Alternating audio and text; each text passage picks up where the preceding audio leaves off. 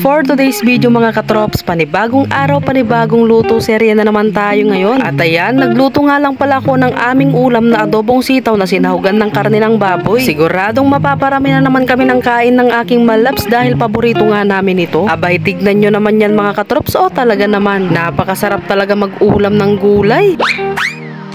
So ayun mga katrops, no, nai-ready ko na nga pala lahat yung mga sangkap na gagamitin ko sa pagluluto ng adobong sitaw. Nagayat ko na nga rin yung karne ng baboy sa maliliit lang. At syempre meron din tayo ditong bawang sibuyas at luya at itong oyster sauce pampalinamnam. Kaya para nga makatikim na tayo ng adobong sitaw ay ayan, simulan na nga natin ditong maggisa ng bawang sibuyas at itong luya. Mas inuna kong ang gisahin dito yung bawang at luya para nga hindi agad masunog yung sibuyas natin. Kaya nung lumabas na nga yung aroma ng bawang at luya ay sinunod ko na nga rin inilagay dito yung sibuyas. At dahil nagkulay brown na nga itong mga bawang sibuyas at luya ay pwede na nating ilagay dito yung panahog natin na karne ng baboy. Ngayon naman ay pwede na nga nating isunod dito yung mga sitaw. Basta usapang adobong sitaw talaga ay naku, napaka the best niyan. Napakasimpleng ulam pero napaka masustansya. Kayo ba mga katrops, ganito rin ba kayo magluto ng adobong sitaw? Tsaka ano yung mas gusto nyo mga katrops? Yung may pagkamanamis-namis yung lasa o yung may pagkamaalat-alat? Kasi para sa amin ng aking malabs ay yung sakto lang, yung may pagkamanamis-namis ng kaunti, tapos yung sakto lang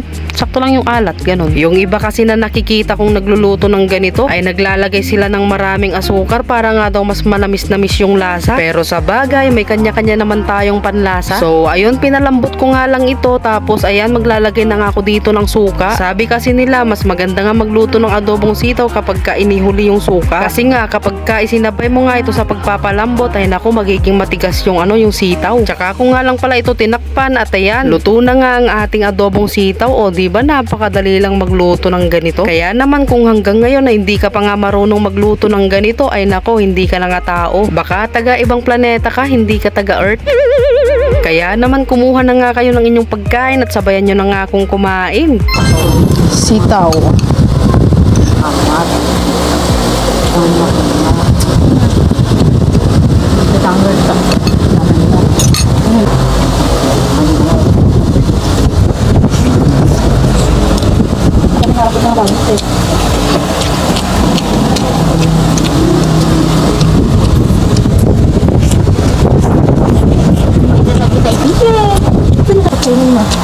Ay, awan mo siya.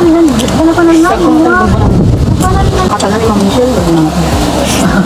Nakatagal ni Mami Michelle. Ang mga masipag. Masipag ba? Tibok na.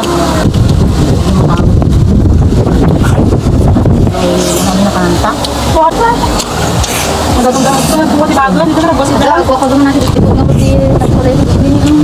So paano ba yan mga katrops? Hanggang dito na lang. Huwag nyo na rin po palang kalimutang i-like and share tong ating video. Salamat sa panonood. Bye bye!